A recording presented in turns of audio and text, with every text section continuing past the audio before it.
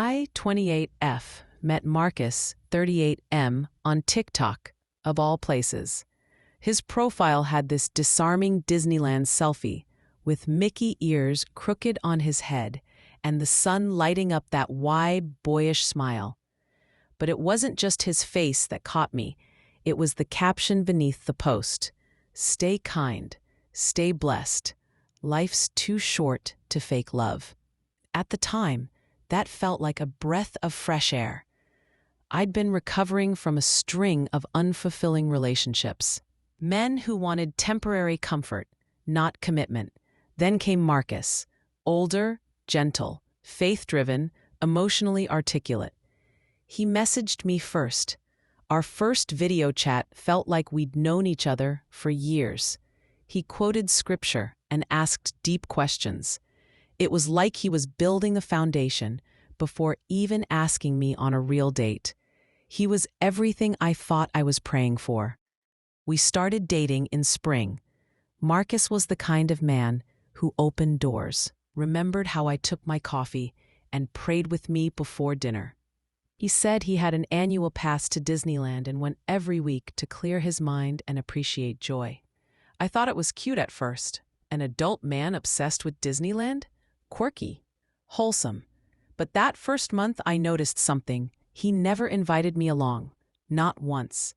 "It's my me time," he said. "Helps me decompress from work." Fair enough. I understood the need for alone time. But when I suggested we at least plan a Disney day together, his smile faltered. "We will, baby. Just, it's complicated right now." One Wednesday, I had the day off. I thought, why not surprise him with lunch before his big weekly solo Disney trip? He said he had work meetings all morning, but I was in his area anyway and decided to drop off his favorite sandwich. I texted him. No reply. Called. Nothing. I waited outside his office until a security guard told me he wasn't scheduled that day. "He's off today," the man said, scrolling through something on a tablet. "He's probably at Disneyland. He goes every week like clockwork." I smiled, nodded, and got in my car. My hands were shaking so hard I dropped my keys twice. That evening, when I confronted him, he texted back. "I had a last-minute doctor's appointment. Didn't want to worry you. You overreacted." But I knew he was lying. His phone buzzed during dinner one night. A flash of a name. Maddie. I asked casually, "Who's Maddie?" "A friend from Disney. Chill. She's just in my park group." Park group? Turns out Marcus was part of a Disneyland social club, a group of adults who cosplay, take pictures, and ride Space Mountain together every Wednesday.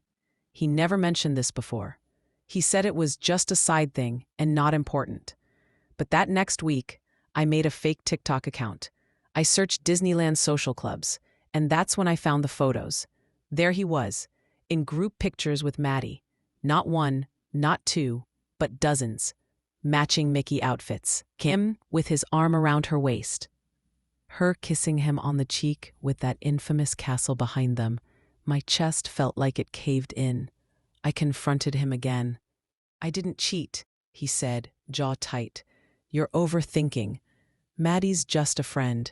So why are there videos of her calling you her man on TikTok?" He didn't answer right away. "I didn't ask for that. She posted it without my permission." The gaslighting was subtle but constant. He turned everything back on me. "Why don't you trust me? You're making this a bigger deal than it is. You're insecure and it's ruining us." Still, I stayed, because when he apologized, he cried, because he still prayed with me, because he promised over and over that he loved me. I bought a second Disneyland ticket, just for one Wednesday. I told him I had work. I needed to see it for myself. I followed him. Yes, I did that.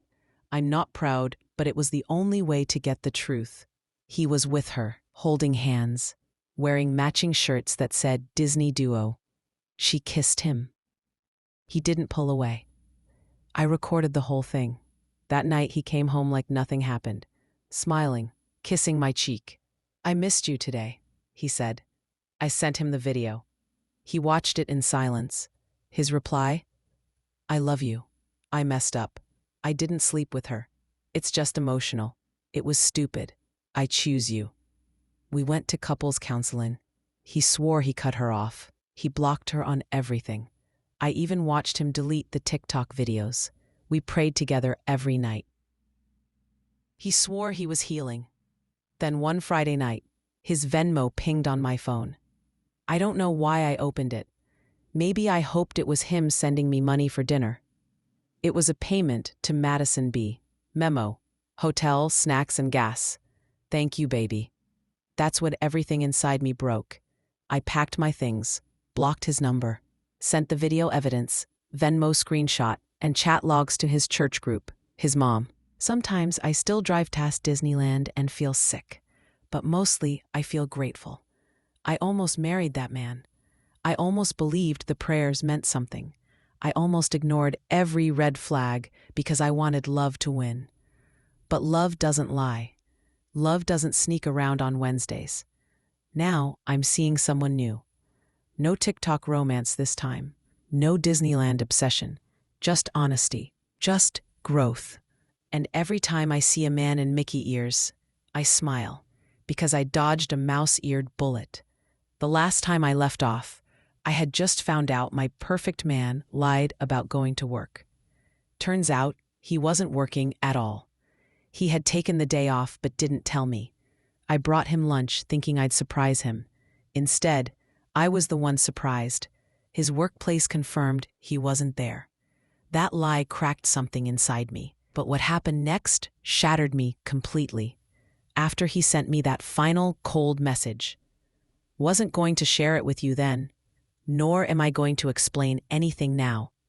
I didn't sleep. I didn't eat. I just laid there, phone in hand, replaying every moment, every smile, every God bless you text that used to make me melt. I felt like I was losing my mind. The next morning, he sent a Bible verse. No explanation, just a verse about forgiveness. And I couldn't believe the audacity. I replied, if you wanted forgiveness, you could have just told the truth. Don't hide behind scripture.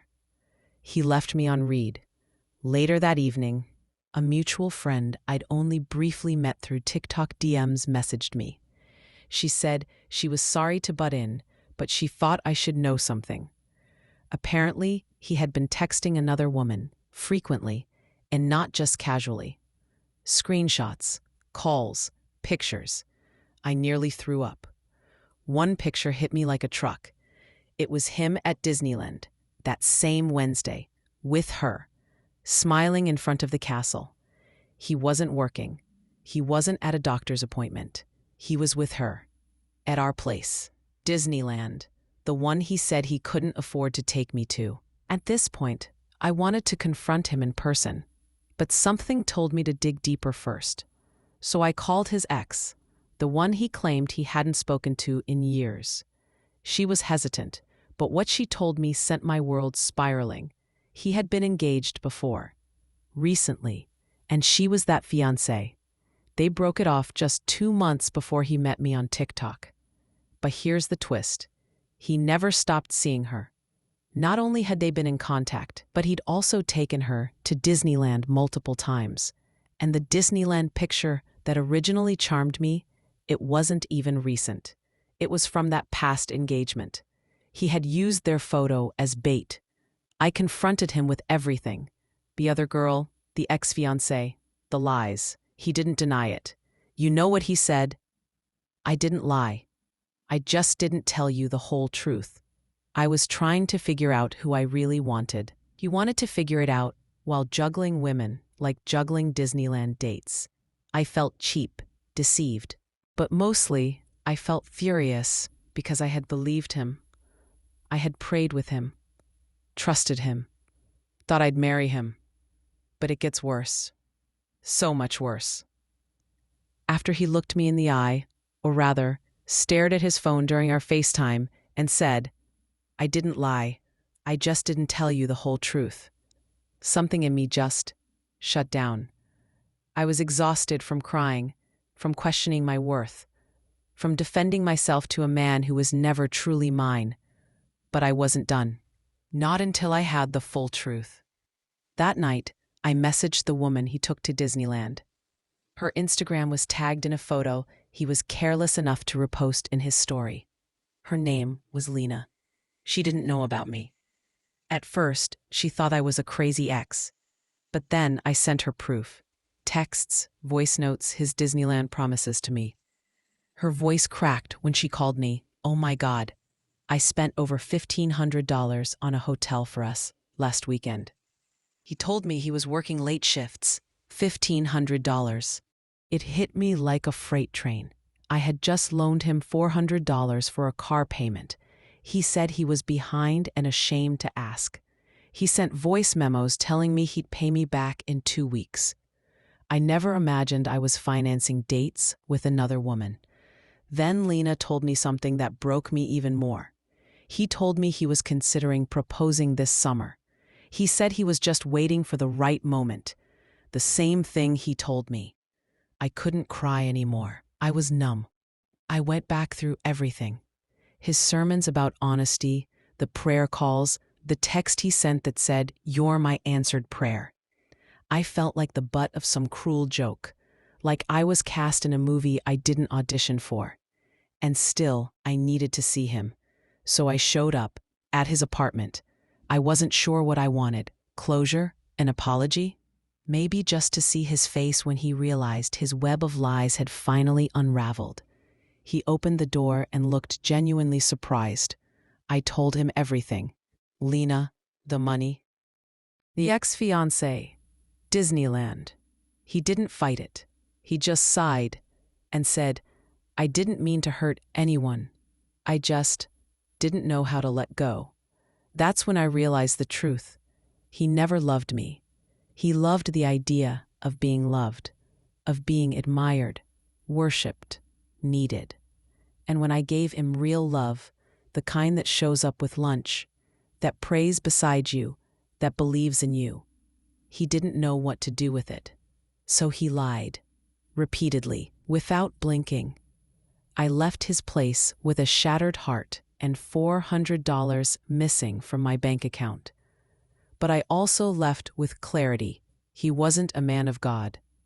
He was a man of ego, a man of Disneyland selfies, charm-coated manipulation, and borrowed dreams.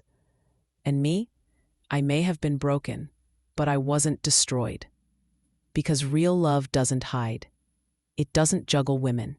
It doesn't take money from one and romance another. I blocked him the next morning. Every app, every number. Lena and I still talk. She's healing too. We sometimes joke that we were both passengers on the Disneyland deception tour. But what hurts most is that I wanted him to be the one. I prayed he was. I believed with everything in me that God had sent him. Maybe God did send him, but only to teach me what love is not. I thought blocking him would be the end. And for a while, it was peaceful, quiet, too quiet. I returned to my routine. Church on Sundays. Long walks with podcasts that reminded me I wasn't alone. Therapy sessions where I cried harder than I thought was possible, not for him, but for the version of me who wanted so badly to believe in love. She ignored every red flag until it was too late. And then one night, 2 weeks after I blocked him, I got a message on Instagram. From a name I didn't recognize, Nia. "Hey, this is so random. You don't know me, but I think we've both been seeing the same guy." My stomach dropped. I opened her message, and what followed was horrifying. Screenshots, voicemails. A photo of him at Disneyland. Again. This time with Nia. The date on the photo? The same weekend. He told me he was sick with the flu. Couldn't even get out of bed. Nia had been dating him for nearly a year. They weren't official, but she thought they were building towards something. She'd just loaned him $700 for car repairs. He told her his hours got cut, and he couldn't afford to lose his job. Sound familiar? What chilled me to the bone was this. He used my name to lie to her. My ex is still obsessed with me. he told her. She keeps showing up, trying to ruin things between us. She's crazy. He called me crazy to another woman while borrowing money from both of us and promising us Disneyland dreams. I told Nia everything. Lena too. Within a few days, we created a group chat. The Disneyland Survivors Club. It shouldn't have been funny. But somehow it helped us heal. We compared stories, dozens of them, overlapping timelines, shared phrases. The same smooth lines he recycled like bad poetry. He told all of us we were an answered prayer. Turns out he had been juggling at least 5 women over the last year. 5. He created an entire schedule around it. We matched up screenshots with his Disney visit logs. Yes, the man really posted his check-ins like a damn influencer, and his lies unraveled like yarn. But here's the twist I never saw coming. One day, I got an email. A real, formal email. From his ex-wife. I didn't even know he had one. She found my blog, a small corner of the internet I used to vent anonymously, and recognized the story. She said she divorced him 3 years ago because of moral failure and emotional cheating. But she never knew the full scope of what he was capable of until she read my words. She thanked me, said I gave her closure, and told me he did the same thing to her, right down to the Disneyland trips. I stared at that email for a long time, because in that moment, I realized this man wasn't just a liar, he was a pattern, a broken one, a carefully polished manipulator who used kindness as camouflage and faith as a leash. And we were all tangled in it, but not anymore. I never got my $400 back. Lena never got her hotel refund. Nia's $700 is long gone. But what we got was worth so much more. Freedom, truth, each other. We aren't victims. We're survivors. And while he may still be out there, love-bombing the next unsuspecting woman with prayers and Disneyland dreams, we know who we are now. We are not the broken ones. He is. They say healing isn't linear. They were right. Some days I felt strong, empowered, like I had finally stepped out of a storm I didn't realize I was trapped in. Other days, I'd hear a voice that sounded like his, catch a whiff of that cologne he always wore, or see a Disneyland post, happy couples kissing in front of the castle, and I'd feel this dull ache in my chest, like a bruise I forgot was still healing. But I never texted him, not once. Even when I found out from Nia, yes, we still talk, that he had started dating someone new. Already, even when he posted another Disneyland selfie, same fake smile, new victim. Even when he emailed me a month later with nothing more than, "I hope you're doing well. I think about you sometimes." I didn't reply. Not because I didn't have things to say. I did. God, I did. But because the woman I've become doesn't argue with the man who tried to destroy her. She doesn't entertain empty apologies from men who were never sorry, only caught. And maybe the biggest plot twist in this entire saga, I found someone else. No, I wasn't looking. After everything that happened, dating felt like touching fire again. I focused on healing, on loving myself, on rebuilding trust brick by brick with myself first, before ever offering it to someone else. But he was different. We met at a coffee shop book club. Yes, I joined one to get out of the house more. Ironic, right? He wasn't charming in that overly polished, too perfect way. He was quiet, kind, intentional. And when I told him about my Disneyland disaster, in full detail, he didn't flinch. He just listened and said something I'll never forget. Someone taught you that love means being constantly tested. I promise, it doesn't have to be like that. We've been dating slowly, intentionally.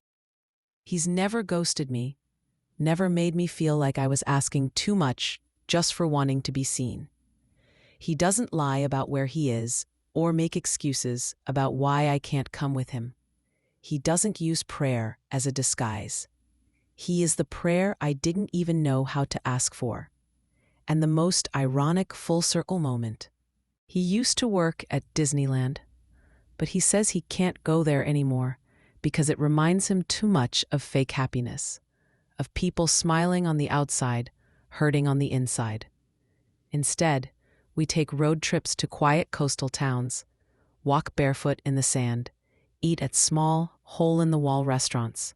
No castles, no fireworks, just honesty, real laughter, and healing. So here I am, no longer the girl crying in her car, holding a bag of uneaten lunch in front of a building where the man she loved pretended to work. I'm not that version of me anymore. Now, I'm someone who survived it, someone who turned pain into power and betrayal into a story that might help someone else leave the wrong person before they lose themselves entirely. And if you're reading this, maybe you needed to hear it. You deserve more than being someone's secret. You deserve more than love that only exists when it's convenient. You deserve a relationship that doesn't feel like detective work.